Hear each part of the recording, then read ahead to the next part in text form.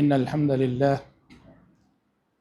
نحمده ونستعينه ونستغفره ونعوذ بالله من شرور أنفسنا ومن سيئات أعمالنا من يهده الله فلا مضل له ومن يضلل فلا هادي له وأشهد أن لا إله إلا الله وحده لا شريك له وأشهد أن محمدا عبده ورسوله يا أيها الذين آمنوا اتقوا الله حق تقاته ولا تموتن إلا وأنتم مسلمون يا أيها الناس اتقوا ربكم الذي خلقكم من نفس واحدة وخلق منها زوجها وبث منهما رجالا كثيرا ونساء واتقوا الله الذي تساءلون به والأرحام إن الله كان عليكم رقيبا يا أيها الذين آمنوا اتقوا الله وقولوا قولا سديدا يصلح لكم أعمالكم ويغفر لكم ذنوبكم ومن يطع الله ورسوله فقد فاز فوزا عظيما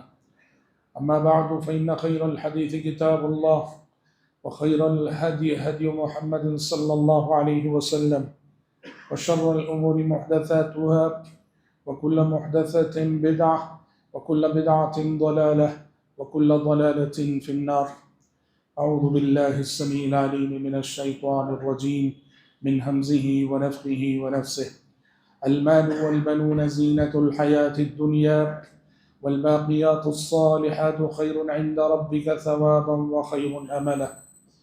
حضرات گرامی، ابھی خطبہ مسنونہ کے بعد میں نے آپ کے روبرو سورہ کہف کی ایک مشہور و معروف آیت پڑھی۔ اللہ تبارک و تعالیٰ نے اس آیت میں فرمایا المال والبنون زینۃ الحیات الدنیا، مال اور اولاد یہ زندگی کی رونق ہے، حیات دنیا کی زینت ہے۔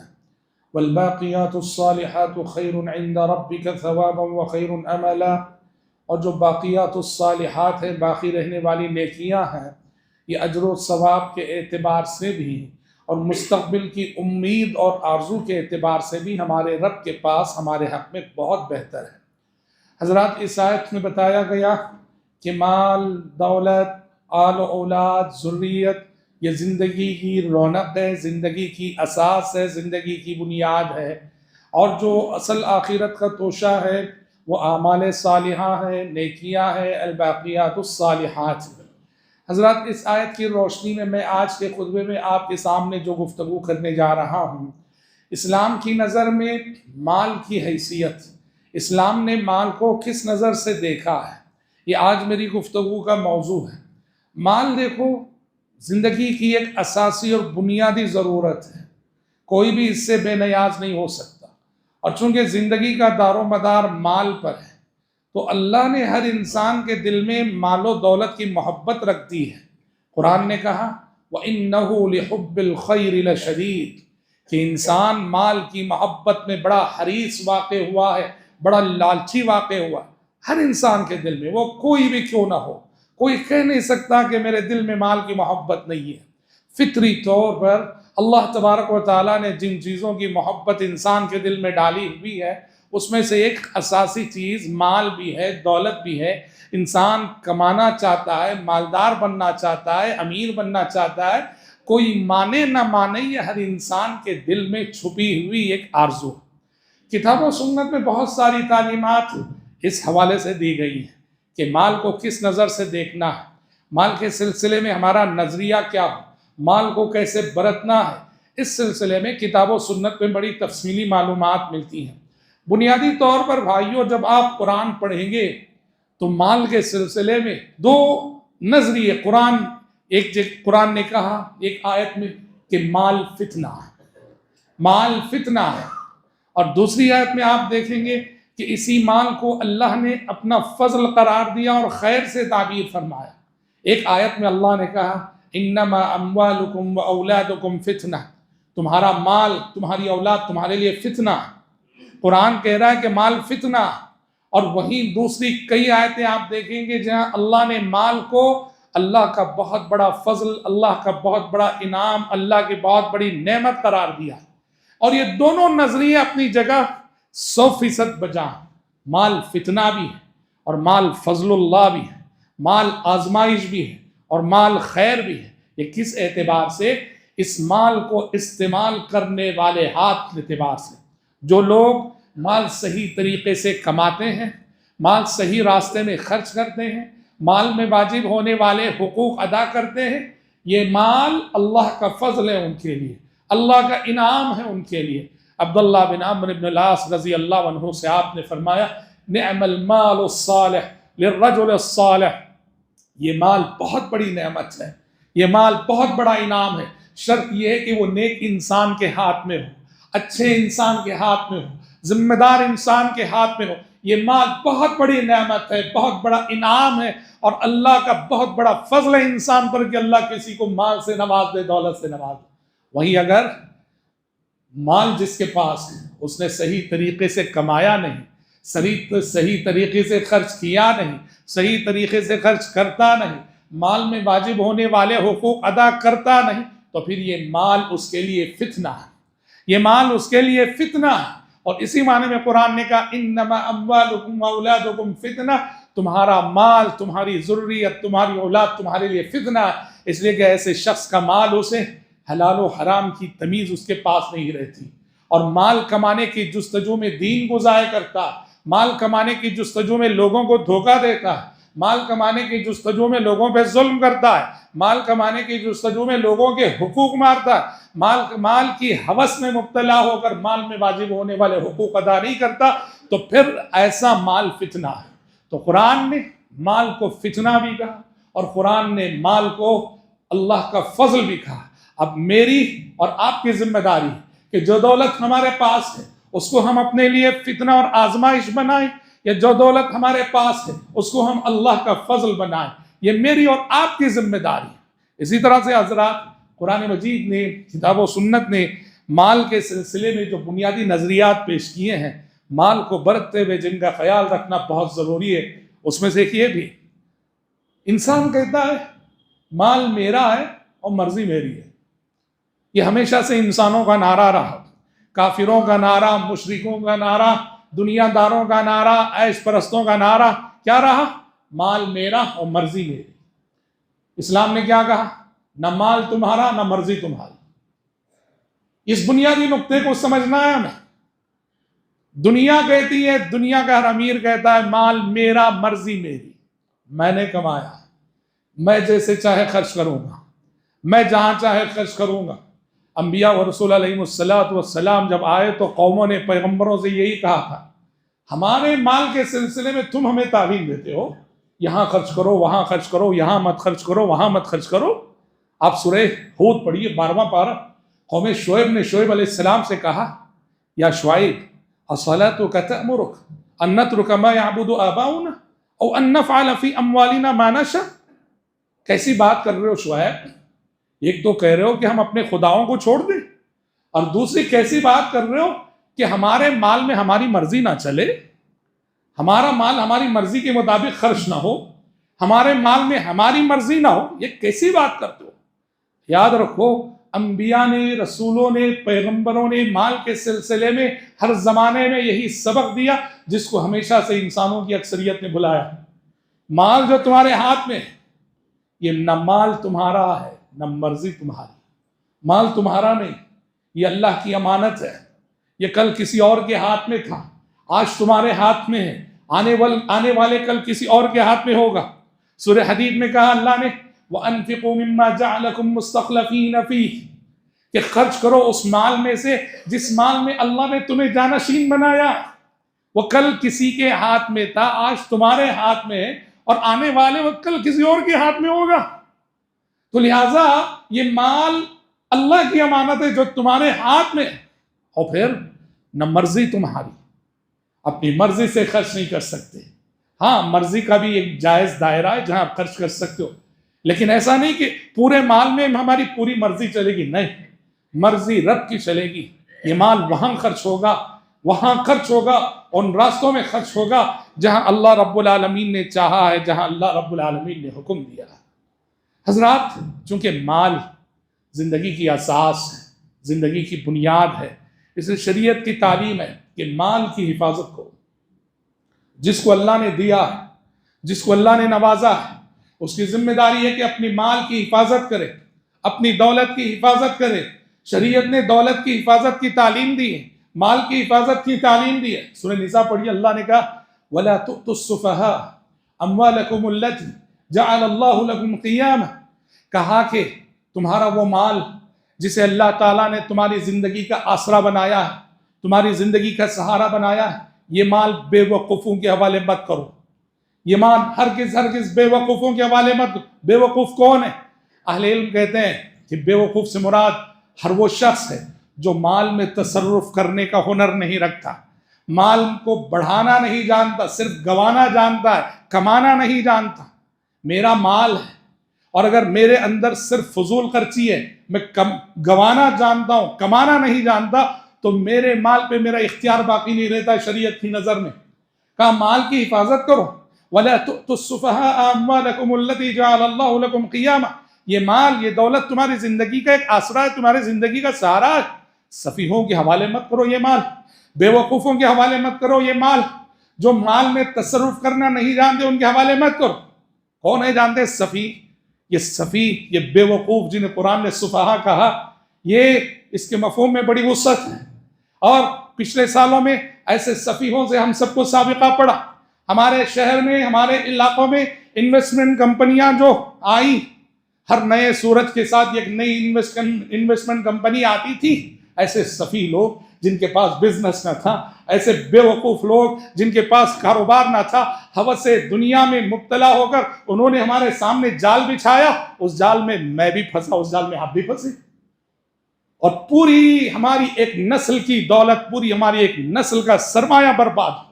قرآن کہتا ہے یہ مال اللہ کی امانت ہے، یہ مال اللہ رب العزت کا انعام ہے، اس کی حفاظت تمہاری ذمہ داری ہے۔ ایسے بے وقوفوں کو مت دو، ایسے احمقوں کو مت دو جو تمہارے مال کی بربادی کا سبب بنتے ہیں۔ وَلَا تُؤْتُوا السُّفَهَاءَ أَمْوَالَكُمُ الَّتِي جَعَلَ اللَّهُ لَكُمْ قِيَامًا، اور اس کے بعد قرآن کہتا ہے نہ صرف مال کی حفاظت کرنا ہے، قرآن کہتا ہے کہ مال کو ترقی کی راہ پہ لگانے کی فکر کرو۔ میں اپنے مال کو کیسے بڑھاؤں، مال میں بڑھوتری۔ یاد رکھو، اسلام مال کمانے سے کبھی نہیں روکتا، مالدار بننے سے کبھی نہیں روکتا، بڑے بڑے کاروبار کرنے سے کبھی نہیں روکتا۔ ہاں، اسلام یہ کہتا ہے کتنا بھی کما لو، یہ مال اچھا ہے کہ تمہارے ہاتھ میں رہے، اسے دل میں جگہ نہ دو، اس کی محبت میں گرفتار نہ ہو، اس کے اسیر نہ بنو، اس کے غلام نہ بنو۔ یہ مال بہتر ہے کہ ہاتھ میں رہے، اور ہاتھ میں رکھ کے جتنا کمانا ہے کماؤ، بس اس کی محبت کو دل میں جگہ نہ دو اور اس کے اسیر نہ بنو۔ یہ قرآن کی تعلیم ہے۔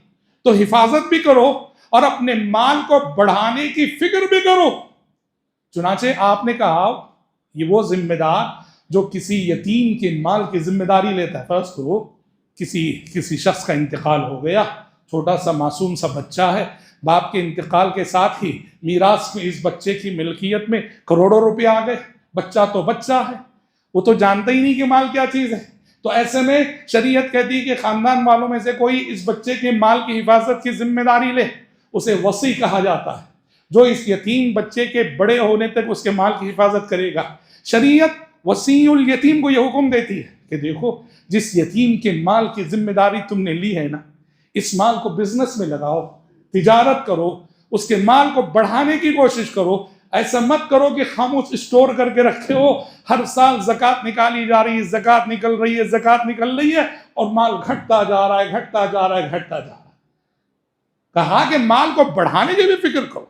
تو آپ دیکھ سکتے ہیں کہ اسلام مال کمانے سے روکتا ہے۔ صحابہ میں دیکھیے، بڑے بڑے صحابہ، جہاں صحابہ کے زہد کے واقعات آتے ہیں، ان کی غربت کے واقعات آتے ہیں، ان کی ناداری کے واقعات آتے ہیں، وہیں صحابہ میں ایک اچھی خاصی تعداد ان صحابہ کی تھی جو اغنیاء تھے، جو امیر تھے، جو مالدار تھے، جو تقوی کے دائرے میں رہتے ہوئے جنہوں نے ماشاءاللہ اچھا خاصا مال کمایا۔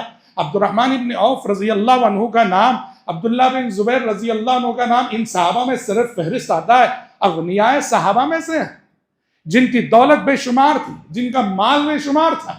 عبد الرحمن ابن عوف رضی اللہ عنہ کے انتقال کے بعد ایک ایک زوجہ کو، ایک ایک بیوی کو 80,000 درہم ملے۔ 4 بیویوں کو بیوی کا حصہ 8واں حصہ، اور ایک ایک بیوی کو 80,000 کا مطلب یہ ہوا کہ ان کے کل مال کی یعنی ان کے مال کا 8واں حصہ 3,20,000 درہم۔ 3,20,000 درہم ان کے مال کا 8واں حصہ، تو کل مال کتنا ہو گیا؟ 25 لاکھ درہم سے زائد ہو گیا۔ یہ حضرت عبد الرحمن ابن عوف رضی اللہ عنہ کا چھوڑا ہوا مال تھا۔ اور درہم کی ویلیو سمجھنے کے لیے، درہم کی ویلیو کہ اس زمانے میں 7-8 درہم میں ایک بکری آ جاتی تھی، 7-8 درہم میں ایک بکری خریدی جاتی تھی۔ تو ایسا اس ویلیو کو رکھتے ہوئے سوچیے، اگر 25 لاکھ درہم عبد الرحمن ابن عوف رضی اللہ عنہ کا ترکہ تھا، ان کی میراث تھی، تو صحابہ نے بھی کتنا کمایا؟ اسلام مال کمانے سے روکتا نہیں۔ ہاں یہ ضرور کہتا ہے کہ چونکہ ہمارے ساتھ ایک چیز ہے جسے بولتے ہیں نفس کی ارمانیں بہت، نفس کی خواہشیں بہت، ہزاروں خواہشیں ایسی کہ ہر خواہش پہ دم نکلے۔ عمر نوح بھی مل جائے، میری آرزویں ختم ہونے والی نہیں، میری ارمانیں ختم ہونے والی نہیں۔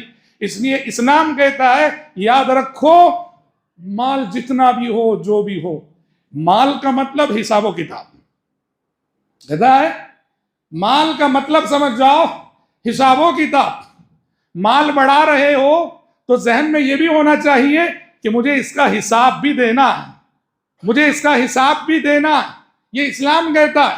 اس لیے آپ نے کیا کہا؟ قیامت کے روز جو غربا امیروں سے 500 سال قبل جنت الفردوس میں داخل ہو جائیں گے، 500 سال پہلے قریب لوگ جنت الفردوس میں داخل ہو جائیں گے۔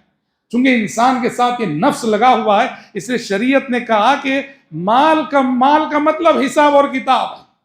مال بڑھانے کا مطلب اپنے حساب و کتاب کو بڑھانا ہے۔ اچھا، مال کمانا بھی ہے اور حساب و کتاب کو کم کرنا بھی ہے، تو کیا کرنا ہے؟ کہا بہت آسان راستہ ہے۔ مال کمانا بھی چاہتے ہو، حساب و کتاب کو کم کرنا بھی چاہتے ہو، تو جیسے کما رہے ہو ویسے اللہ کے راستے میں خرچ کرو، اللہ کے راستے میں دو، اللہ کے بندوں میں خرچ کرو۔ قارون سے نصیحت کرنے والوں نے کہا تھا، احسن کما احسن اللہ الیک، ارے اللہ کے بندے، جیسے اللہ نے تجھ پہ احسان کیا نا، اللہ کے بندوں پہ تو احسان کر۔ جیسے اللہ نے تجھے نوازا ہے نا، اللہ کے بندوں کو نواز دے۔ احسن کما احسن اللہ الیک۔ وہ کہنے لگا، مغرور تھا، متکبر تھا، بے ایمان تھا، کہنے لگا یہ مت کہو کہ یہ دولت اللہ کی دی ہوئی، انما اوتیتہ علی علم عندی، یہ تو میں نے اپنی قابلیت کی بنیاد پہ کمائی ہے، اپنی صلاحیت کی بنیاد پہ کمائی ہے، اپنے ہنر کی بنیاد پہ کمائی ہے، اپنے فن کی بنیاد پہ کمائی ہے، اپنی ذہانت سے دولت کمائی ہے۔ اسے اللہ کا فضل مت کہو، اللہ کا احسان مت کہو، یہ ناشکر انسان کی علامت تھی۔ قرآن کا یہ فرمان، قرآن کی یہ تعلیم بھائیو، ہم میں سے ہر اس شخص کے لیے جس کو اللہ نے خوشحال رکھا ہے، احسن کما احسن اللہ الیک۔ ہر صاحب مال کو، ہر امیر کو، ہر مالدار کو اپنے گھر میں یہ آویزاں کر لینا چاہیے، احسن کما احسن اللہ الیک۔ جیسے اللہ نے تم پہ احسان کیا، اس کی مخلوق پہ تم احسان کرو۔ اللہ تمہیں دے رہا ہے، تم اس کی مخلوق پہ زمین میں خرچ کرو، احسن کما احسن اللہ الیک۔ اسی لیے کہا گیا روز قیامت جن سوالات کے جوابات ہر شخص کو دینے، لا تزول قدم ابن آدم حتی یسأل عن اربع، کہ ہر ابن آدم کا قدم اس وقت تک ٹل نہیں سکتا جب تک کہ وہ 4 سوالات کے جوابات نہ دے۔ ہر عمر کے بارے میں پوچھا جائے گا، علم کے بارے میں پوچھا جائے گا، مال کے بارے میں 2 سوال ہوں گے، من این اکتسبہ وفیما انفقہ، مال کمایا کہاں سے، مال کمایا کہاں سے اور خرچ کہاں کیا، یہ دونوں حساب دینے ہیں۔ مال کمانے کے جائز ناجائز راستے ہیں، ہمارے پاس جو دولت آئی کیا جائز راستوں سے آئی ہے؟ اور مال خرچ کرنے کے بھی جائز ناجائز راستے ہیں، ہماری دولت جو خرچ ہوئی کیا جائز راستوں میں خرچ ہوئی؟ یہ سوال ہوگا اور یہ جواب ہمیں دینا پڑے گا۔ اور جیسے ہم نے کہا کہ مال جتنا بھی بڑا، اگر آپ کے اندر خرچ کرنے کی صفت ہو، خرچ کرنے کی عادت ہو، آپ نے اپنا حساب بہت آسان کر دیا۔ اسی لیے بھائیوں، قرآن مجید خرچ کرنے پہ ابھارتا ہے کہ جن کو اللہ نے دیا ہے، نوازا ہے، بخیلی مت کرو، بخیلی مت کرو، اپنے دل کھولو، اپنی جیب کھولو، اپنی ہتھیلیاں کھولو، اپنے ہاتھ کھولو۔ اللہ قرآن کہتا ہے خرچ کرو۔ پہلا ہی صفحہ آپ قرآن کھولتے ہیں، ہم قرآن کھولتے ہیں، پہلے ہی صفحے میں ایک مومن کا جو کیریکٹر مذکور ہے، اس میں کیا ہے؟ وَمِمَّا رَزَقْنَاهُمْ يُنْفِقُونَ۔ پہلے پیج میں قرآن کہتا ہے کہ اللہ کے بندے وہ ہیں کہ جو کچھ ہم نے انہیں دے رکھا ہے، جتنا کچھ دے رکھا ہے، اپنی اپنی پوزیشن کے مطابق، اپنی اپنی صلاحیت کے مطابق وہ دیا کرتے ہیں، خرچ کیا کرتے ہیں۔ انفاق فی سبیل اللہ ایک مومن کی لازمی صفت ہے۔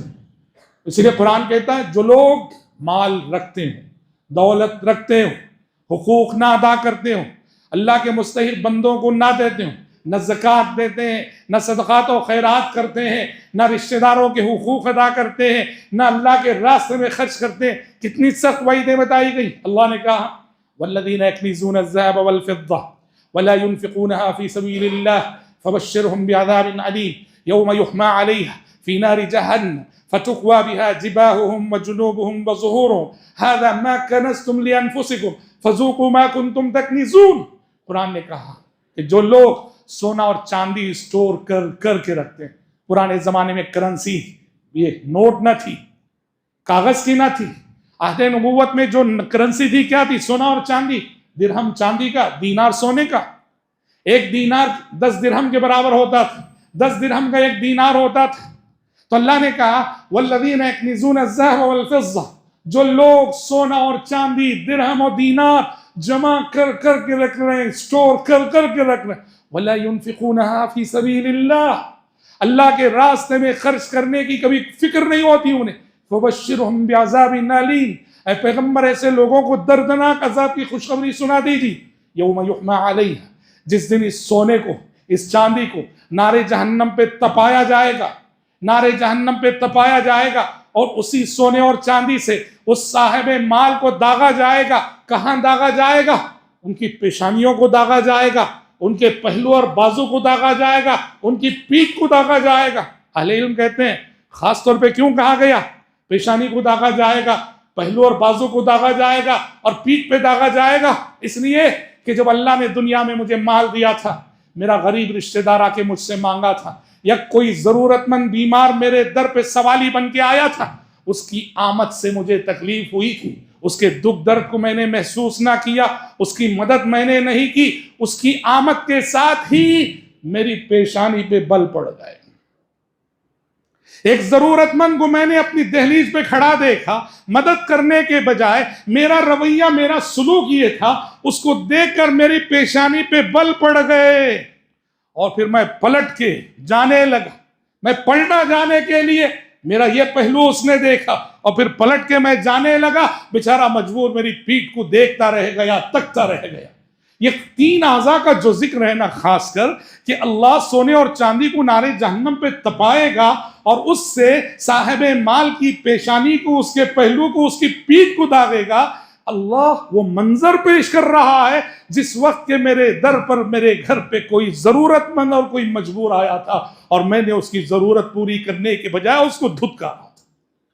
پیارے نبی صلی اللہ علیہ وسلم فرماتے ہیں جو مال جس نے حقوق نہ ادا کیے جائیں، غریب رشتہ داروں کے حقوق ہو، سالانہ زکوٰۃ ہو، صدقات و خیرات ہو، کہا کہ اللہ رب العزت روز قیامت اژدہے کی شکل میں لائے گا اس مال کو، اور کہے گا انا مالک انا کنزک، ڈسے گا، ڈس کے کہے گا میں تیرا مال ہوں، میں تیرا وہ خزانہ ہوں جسے اسٹور کر کے رکھا ہوتا ہے۔ اسے بھائیوں، ایک عذاب علیم کی یہ وعیدیں، اور دوسری طرف قرآن مجید خرچ کرنے والے بندوں کے لیے بڑی بشارتیں سناتا ہے۔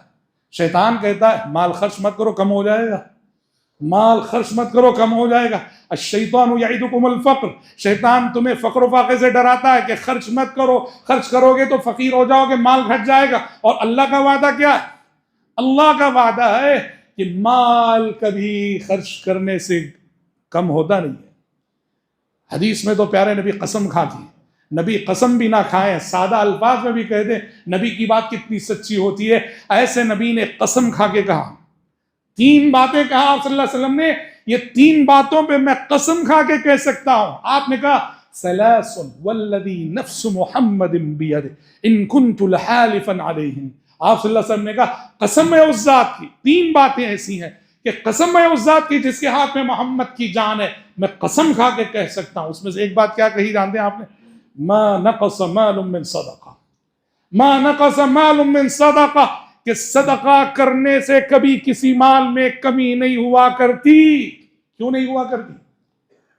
اس لیے نہیں ہوا کرتی کہ صدقہ کرنے والوں کے سلسلے میں اللہ کا وعدہ ہے، سورہ فاطر پڑھیے قرآن، وَمَا أَنفَقْتُم مِّن شَيْءٍ فَهُوَ يُخْلِفُهُ وَمَا أَنفَقْتُم مِّن شَيْءٍ فَهُوَ يُخْلِفُهُ، آپ نے کہا جو بھی خرچ کرو گے تم، جو بھی دو گے تم، اللہ اس کی جگہ تمہیں اور دے گا، اور دے گا، اور دے گا۔ بس اللہ کے اس وعدے پر توکل اور یقین کی ضرورت ہے، اور جن بندوں کو اللہ کے اس وعدے پر توکل اور یقین ہو کہ تم جو بھی خرچ کرو گے میں اس کی جگہ اور دوں گا، وہ اپنی زندگی میں حیرت انگیز کرشمے دیکھتے ہیں۔ کویت کے ایک بہت بڑے محسن کا انتقال ہوا چند سال قبل۔ کویت ویسے بھی عالم اسلام کا یہ ملک ہے جو سب سے زیادہ عالم اسلام کی مدد کرتا ہے، سب سے زیادہ دینے والا ملک اس وقت کویت۔ کویت کے ایک بہت بڑے صاحب خیر کا انسان ہوا جن کی کاروں کی کمپنی تھی۔ ان کے انتقال کے موقع پہ کویت سے ایک میگزین نکلتا، اس کا نام تھا المجتمع۔ المجتمع نے ان کی لائف ہسٹری پر پورا ایک میگزین نکالا تھا۔ اس میں المجتمع نے ان کا ایک جملہ نقل کیا تھا ہائی لائٹ کر کے۔ وہ کہتے ہیں اچھا یہ کتنے بڑے صاحب خیر تھے جانتے ہیں؟ ان کے خرچ پر دنیا بھر میں 50,000 یتیم بچے پل رہے تھے، یعنی یتیم خانے جو کھولے ہوئے تھے اپنے خرچ پہ چلا رہے تھے، 50,000 یتیم بچے۔ مدرسوں کو جو دیتے تھے وہ اور، مسجدیں جو بناتے تھے وہ اور، کنویں جو کھدواتے تھے وہ اور، بڑے صاحب خیر تھے، کاروں کی کمپنی تھی۔ ان کی وفات کے بعد المجتمع نے ان کی لائف ہسٹری پر ایک میگزین نکالا تھا، خصوصی نمبر، اس میں ایک جملہ ان کا جو ہے المجتمع نے نقل کیا تھا۔ وہ قسم کھا کے کہتے ہیں، اللہ کی قسم کھا کے کہتا ہوں، جب جب میں نے اللہ کے راستے میں اپنی دولت لٹائی ہے تب تب اللہ نے میرے بزنس میں ویسے ہی حیرت انگیز طور پر برکت دی ہے۔ جب جب میں نے خرچ کیا میرے بزنس میں اس سے کئی گنا اضافہ کر کے اللہ نے مجھے دیا ہے، اور یہ میری پوری زندگی کا تجربہ ہے۔ تو اس لیے حضرات، مال خرچ کرنے سے کبھی کم نہیں ہوتا ہے۔ یہ میرا کمزور ایمان ہے جو مجھے ڈراتا ہے کہ خرچ کرو گے تو مال گھٹ جائے گا۔ نہیں، سوچ کیا دیے جانتے ہیں شریعت نے؟ ماں عائشہ صدیقہ رضی اللہ عنہ فرماتی ہیں، گھر میں بکری ذبح ہوئی۔ ماں عائشہ صدیقہ رضی اللہ عنہ فرماتی ہیں، ہمارے گھر بکری ذبح ہوئی، گھر والوں نے کھانے کے لیے اس کا ایک ہاتھ رکھ لیا بکری کا، اب باقی سارا گوشت صدقہ کر دیا، باقی سارا گوشت غریبوں میں بانٹ دیا، ہم لوگوں نے ایک ہاتھ بس اس کا گھر میں رکھا کھانے کے لیے۔ پیارے نبی تشریف لائے، پوچھا کہ کیا ہوئی بکری وہ جو ذبح کی؟ ہم نے کہا، حضرت عائشہ کہتی ہیں، ہم نے کہا سب خرچ ہو گیا، باقی صرف ایک ہاتھ ہے، صرف ایک ہاتھ بچا ہے۔ اس کے بعد وہ جو ہاتھ انہوں نے اٹھا رکھا تھا نا کھانے کے لیے، کہا ایک ہاتھ بچا ہے۔ پیارے نبی نے کہا، عائشہ نہیں ہے، ایسا مت کہو کہ ایک ہاتھ بچا ہے، کہو بقیہ کلھا غیرھا بالکتف، کہو ساری بکری بچی ہوئی ہے سوائے اس ہاتھ کے، ساری بکری بچی ہوئی ہے۔ یعنی جو مال خرچ ہو گیا نا، کہا باقی وہ ہے، ہم نے اپنے لیے جو رکھا ہے کہا یہ باقی نہیں ہے، اس کو باقی کہو، اس کو نہیں۔ اللہ نے کہا ما عندکم ینفد وما عند اللہ باق، تمہارے پاس جو بھی ہے وہ خرچ ہونے والا ہے، وما عند اللہ باق، اور اللہ کے پاس جو ہے وہی حقیقت میں باقی رہنے والا ہے۔ اور رب العزت بندوں کے صدقات و خیرات کی اس قدر کرنے والا ہے رب العزت۔ پیارے نبی فرماتے ہیں، ایک کھجور کا صدقہ، ایک کھجور جو آپ نے کسی غریب کو کھلائی ہو، ایک کھجور بھائیو کسی غریب کو آپ نے کھلائی ہو، پیارے نبی فرماتے ہیں اللہ بندہ مومن کے صدقات کی پرورش کرتا ہے، اللہ بندہ مومن کے صدقات کو بڑھاتا ہے اللہ، پر یہاں تک کہ ایک کھجور کا صدقہ روز قیامت احد پہاڑ کی شکل میں آئے گا، احد پہاڑ کی شکل میں۔ اللہ اکبر۔ اس لیے کوئی بھی چیز اللہ نے آپ کو جس حالت میں رکھا ہے، اپنی پوزیشن کے مطابق جو دے سکتے ہو، جو خرچ کر سکتے ہو، اس دنیا میں خرچ کرنا چاہیے۔ غریبوں پہ، غریب رشتہ داروں پہ، اڑوس پڑوس پہ، ضرورت مندوں پہ اللہ کے راستے میں دینا چاہیے۔ ورنہ تو بھائیوں، انسان کی صورتحال یہ ہے کہ وہ مال کی محبت میں گرفتار ہو کر، مال کا اسیر بن کر، وہ فرائض کو ضائع کرتا ہے، واجبات کو ضائع کرتا ہے، رشتوں کو توڑتا ہے، حق تلفی کرتا ہے، جھوٹ بولتا ہے، ظلم کرتا ہے، کیا کیا کرتا ہے یہ انسان صرف مال کے لیے۔ اور یہ مال، آپ صلی اللہ علیہ وسلم نے کہا، یقول ابن آدم مالی مالی، انسان پوری زندگی کہتا میرا مال میرا مال، اور کہا انسان سن لے تیرا مال کیا ہے جانتے ہیں؟ وَهَلْ لَكَ مِن مَالِكَ إِلَّا مَا لَبِثْتَ فَأَبْلَيْتَ أَوْ أَكَلْتَ فَأَفْنَيْتَ أَوْ تَصَدَّقْتَ فَأَمْضَيْتَ۔ کہا میرا مال کہنے والے انسان سن لے، تیرا مال جو ہے صرف 3 ہی قسم کا ہے، 3 ہی چیزیں جو تم میرا مال کہہ سکتا ہے، ان 3 سے ہٹ کر کوئی چوتھا تیرے مال نہیں ہے۔ کہا کیا ہے؟ جو تو نے کھایا اور ہضم کر دیا، ما اکلت فافنیت، یہ تیرا مال ہے، او لبست فابلیت، پہنا پرانا کر دیا، اور تیسرا او تصدقت فامضیت، صدقہ کیا اور آخرت کے لیے توشہ بھیج دی، بس یہی تیرا مال ہے۔ اس سے ہٹ کر یہ بنگلے، یہ گاڑیاں، یہ جائیداد، یہ عہدے، یہ منصب، یہ کرسیاں، یہ سب تیرا نہیں، وہ کسی اور کا ہو جاتا ہے۔ تیری آنکھ بند ہونے کی دیر بنگلہ کسی اور کا ہو گیا، جائیداد کسی اور کی ہو گئی، گاڑی کسی اور کی ہو گئی، جیسی ہی آنکھ بند ہوئی۔ اس لیے محترم بھائیوں، جیسے ہم نے خطبے کی آغاز میں کہا تھا، رب العزت مال کے سلسلے میں ہمیں ایک سوچ دیتا ہے، ہماری تربیت کرتا ہے، ہماری فکر کی تربیت کرتا ہے، ہمارے سوچ کی تربیت کرتا ہے۔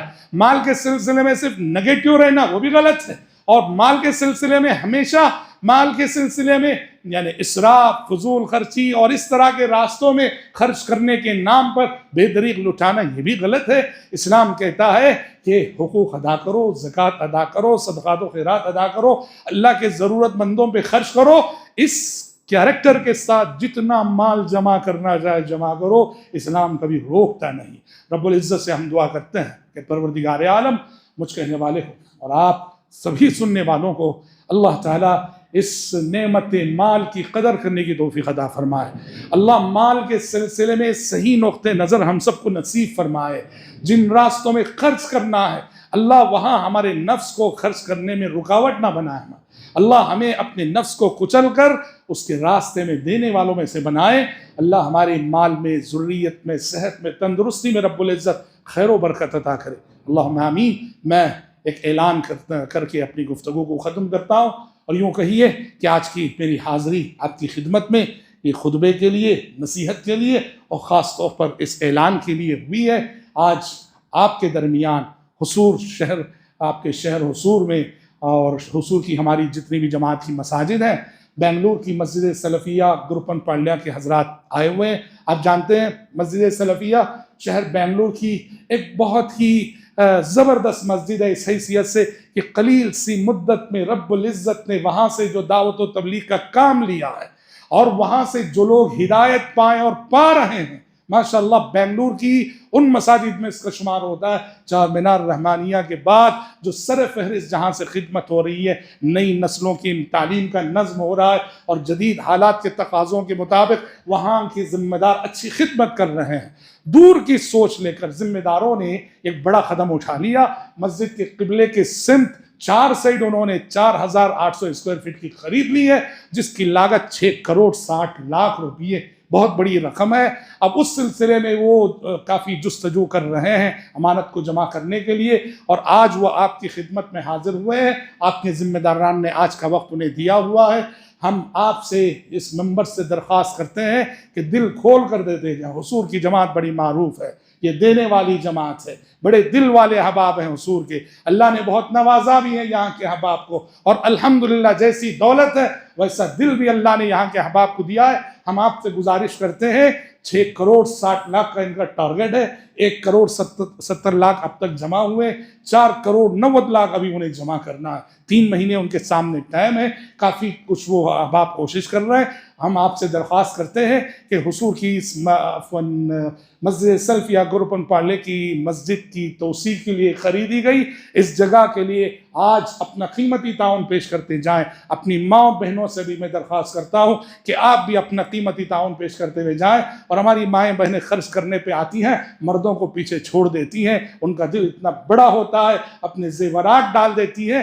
10 مرتبہ مساجد میں یہ مظاہرہ صدقات و خیرات کا ان کا دیکھنے کو ملا ہے۔ اور ہم آپ کو بتا دیں، ایک مصلے کی قیمت 1,16,000، 1 اسکوائر فٹ کی قیمت 14,500 روپے، ہاف اسکوائر فٹ کی قیمت 7,200 روپے۔ اللہ نے جس کو جو طاقت جو صلاحیت دی ہے خوب مدد کرتے ہوئے جائیں۔ اللہ تبارک و تعالیٰ آپ سب کے صدقات و خیرات کو قبول فرمائے، اللہم آمین۔ بارک اللہ لنا ولکم فی القرآن العظیم ونفعنا وإياكم بما فيه من الآیات والذکر الحکیم انہ تعالی جواد کریم ملک بر رؤوف رحیم رب حلیم۔